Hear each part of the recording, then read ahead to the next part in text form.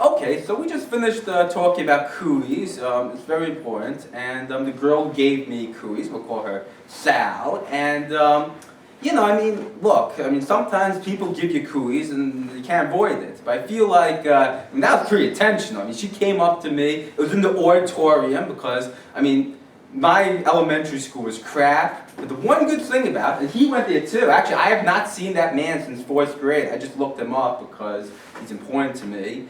The one good thing about elementary school is they actually had a movie theater inside the elementary school that they let us watch during recess. And that's where the cootie incident happened. We were going down the rows, and then she touched me, and then she said, I just gave you cooties, and you gotta go give it to someone else. Besides her intentionally giving it to me, I gotta go give it to someone else. That's like those guys from the airplane saying there's always anonymous gay sex who spread AIDS to everyone. So, she's like that guy if she was a third grade girl giving cooties. But anyway, yes, Mr. Cam Brand was mentioning that I recently emailed her. I moved from the Bronx in sixth grade, I guess. And I hadn't seen her for the last 6 years. But sometimes I would think about her, because she was, my girl next door. And actually, she pretty much lived right next door to me, and we'd wait at the bus stop together and stuff. It's like a Taylor Swift song, you and me, we belong together, it's a typical Thursday night, she's listening to the kind of music she don't like, she'll never get your humor like I do. We're on the bus, we're waiting for the school bus to come, it's raining hard and I know it's done, we'll get on that school bus someday. Anyway, Taylor Swift, she's pretty good. See, it was not a Kate Perry song or a Keisha song, it was a Taylor Swift song, not even a Hannah Montana song. Only Taylor Swift could express what me and Sal had. Because Taylor Swift does a lot of those kind of songs, like the little boy she used to play in the pumpkin patch with as a little girl, and her dad would joke, oh, you guys will get together someday, and they'd laugh, and then, they end up marrying each other. So that's what it was like, She was my Taylor Swift. Well, I was her Taylor Swift. I don't know. Look, the point is, in high school I was thinking about her a little bit. Everyone's getting ready for the prom and stuff.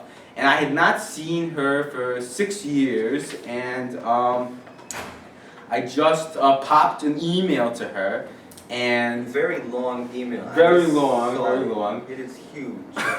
Yeah. An essay to her. Well, like a project.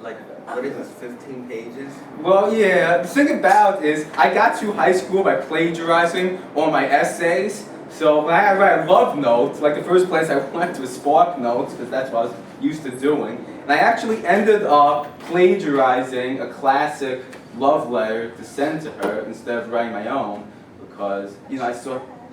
Yeah, well, it's not really sad. I think that's. It kind of is. Well, she didn't know. She could have Googled it, but back then I guess Google wasn't as common. But so alright, the first response, she just said, oh, that was really sweet, that was really beautiful. She didn't get she just pretends, after 6 years, I'm just mailing her poetry for no reason. She pretends she doesn't get it, And then I contacted her on AIM. AIM was pretty big back then, AOL Instant Messenger. For some reason, it's been replaced by Facebook Chat, and Facebook Chat sucks. I don't know why Facebook Chat has replaced AIM. AIM had better technology in 1993 than Facebook has now. Just did. But, so I would talk with her on AIM, and I wanted to go to prom with her. And because that'd be so cool, going to prom was your girl next door from kindergarten. So I kept asking her, hey, do you drive? Do you want to come down? This and that, and giving that. And she would play stupid, oh, he's just telling me about this for no reason. Oh, he just thinks this is nice literature and wants me to enjoy reading poetry for some reason. So then, since my first email didn't get through her sick head, I made it pretty much more explicit in the second email. Sal, I've always loved you since kindergarten. We gotta be together. You and me, we could be together. Don't you see? You belong with me. You and me. You know, like that, like a Taylor Swift guy saying, you know, like, I've always loved you, Sal, and we should, you know, yeah, words can't express the passion I feel for you. Just, we should be together. And then, so then she replies to that, I don't know, I don't remember what her third reply was. But then I answered that back with another line stolen from the book, which I said, have I bored you? I'm sorry. Have I annoyed you? I didn't want to waste your time, but I just wanted you to feel the ocean of my feeling or something. And then this is the kicker. The third email was, oh, that was very sweet, but I don't think you know what love is. I haven't seen you since 5th grade. And like, I don't know what love is. Well, I got a surprise for you, sister. That wasn't even written by me. That was the greatest love poem of all time. So you think the greatest love poet of all time doesn't know what love is. So, I mean, what's that about? The greatest love poet of all time doesn't know what love is? I mean, pretty weird to me. I don't know how you feel about it.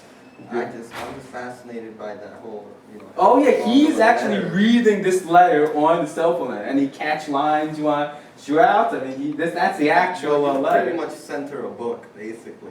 Yeah, well, it was like 1/3 of the book. Yes, it wasn't the book. I mean, that would be an exaggeration, I think. If there did not exist someone who loved, the sun would become extinct. Well, that's true. I mean, without love, the sun would just explode from not being loved.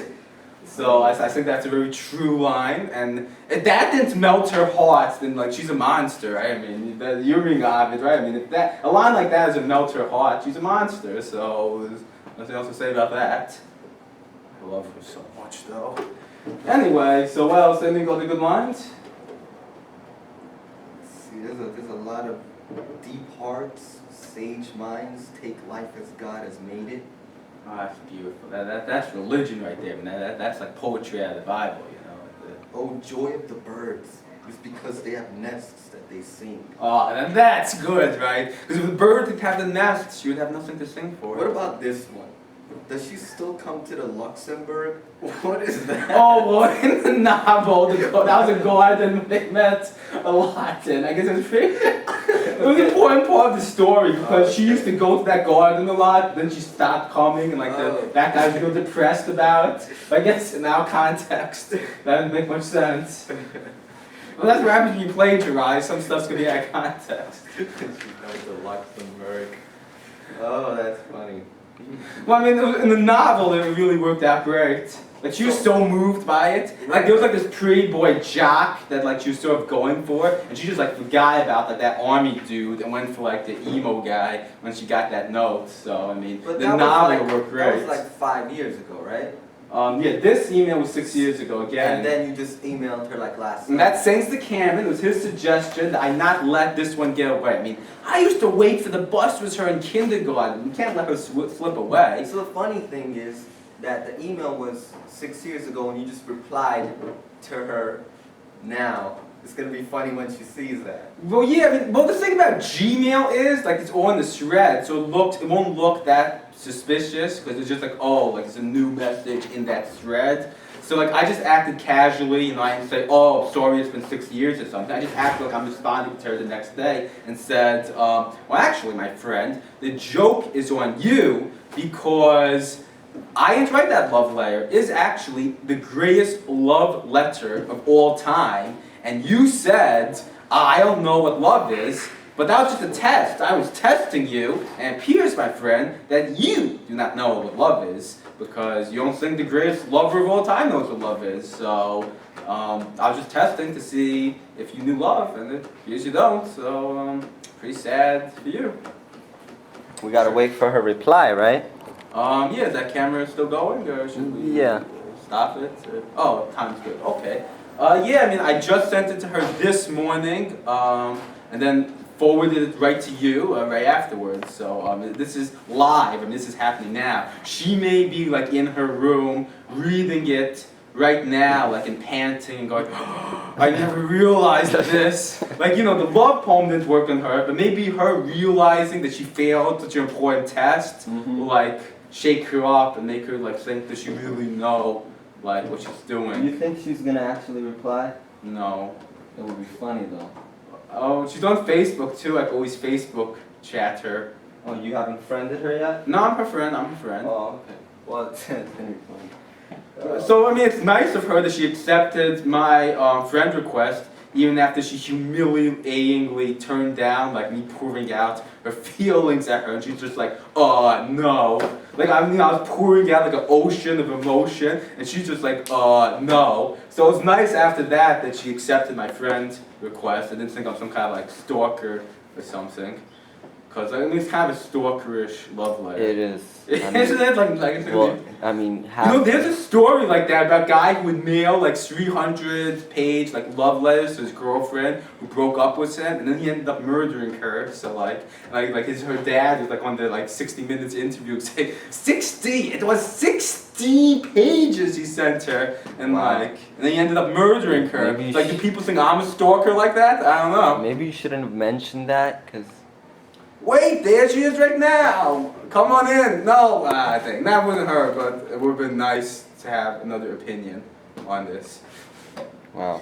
Now you might be seen as a murderer now. What? Because I send love letters? That makes me a Well, murderer? because you mentioned how similar It somebody. was pretty similar, I'll admit. Almost identical. So should we be watching out for you, or? No, we should not be. I mean, I think she is the best judge of character in this because she is the victim of me. And she accepted my Facebook friend request, so I think she is the best judge of my character. Although it's going to be weird that now after another 6 years I'm replying again, I so know. maybe this will push her over the edge. I don't know. Maybe she will murder me as like a self-defense thing. Like, you know, that Jennifer Lopez movie, Enough. Like, she has to hunt down her stalker and like Oh, yeah. rest in peace again. Make sure that I rest in pieces. That's mafia style. So any last words before you wrap it up? Well, what do you think? I mean, you were reading Ovid, who's considered one of the greatest love poets of all time. He wrote The Art of Love, the way Sun Tzu wrote The Art of War. Yes. So, I mean, you have the feeling of Ovid, and here I'm a modern day 21st century Ovid. How do you feel? I mean, you've heard the whole story now, and he even read out some choice lines, my epic letter. Plagiarized, I suppose. So how do you feel about this? I mean, how would Ovid feel about this? That's the ultimate question. You want to learn about Ovid? What would Ovid feel about this? Well, what I'm reading about Ovid isn't about love. Oh, well, I mean, like there's like rape and stuff, like donkeys, gods disguised as donkeys raping people. So that's something, I guess. And the stalker is in there, so that's also kind of related. Guys stalking like beautiful wives or mortals. When did this Ovid guy exist? I mean, Uh, I don't know. Was he, Roman like, times. Yeah. we're talking like Jesus times, or? Probably a little after Jesus. AD. Oh, this is a science fiction dude. Hey, Don! He's gone too. So this is, you probably should cut this until something happens again. Waiting for if we get an answer. I just have to keep throwing out jokes. The other day, I woke up with an elephant, and how the elephant got in my bed, I'll never know. It's an intruder. It's breaking your windows, tearing down all your doors. Oh, that's a good song. So- So you hang out between classes? Yeah, it's a good get up. Alright, so when was Ovid born? I don't know. Alright, so that was a huge waste of time. This doesn't ruin the value of this film, So- which I bared my soul in. So major question. Alright, yeah, my question to you, which is not some like Jeopardy question about the year. My question is about feelings. How do you feel about like Ovid and like my story? Like how they relate to each other. That could be one way, yes. Well, what I'm reading has nothing to do with love. Alright, Well, forget Ovid. Your What- personal knowledge of how would you respond to what, just Like I said before, it's kind of sad. Sad that she lost her chance with someone with so much passion, which I'm not referring to me, by the But it way. was I'm fake referring to passion. that guy. Well, yeah, but like that guy, that was a great. I mean, he read Well, some you know- lines that the sun would explode and the bird only Yeah, sings but you because didn't she has mean it. her. Right. It means nothing. She makes a point. I mean, if What you makes really me had not passion, read it? you should have come up with something. It had to be original. Right. Or original. Like, I feel like you could Nothing. learn a So lot you don't from. know anything about love if you know nothing. I feel like you Oh. could learn a lot from Spark Notes. I mean, have you ever read Spark Notes, like about a very good book, and like you actually moved by the Spark Notes? Because in high school I had to read Hamlet, and I can't read Shakespeare because the language is so messed up. But I read the Cliff Notes of Shakespeare, of Hamlet. Like I was very moved by it. I mean, like his like inner struggle and his like consciousness and him like tormented that existence. I got that off in the Cliff Notes, and I don't think I would have gotten that if I had read the real book. I mean, I think if I had read the real book, I would have been lost with like this stupid jokes Shakespeare sends in there, and that stupid language and stupid like smite, like penis, double entendres. All right. I mean, there's a lot of Are stupid those stuff in earrings Shakespeare. jade earrings? Huh? The earrings Jade. you have. No. Okay. Those are cooler earrings though. Like some earrings, they just put like a small hole, but this it's real. So that The professor has actually came in now. Are you the How you doing? professor or what? No, not the professor. Disappointment. I'm the professor. No. We're filming. All right. Well, there's this girl.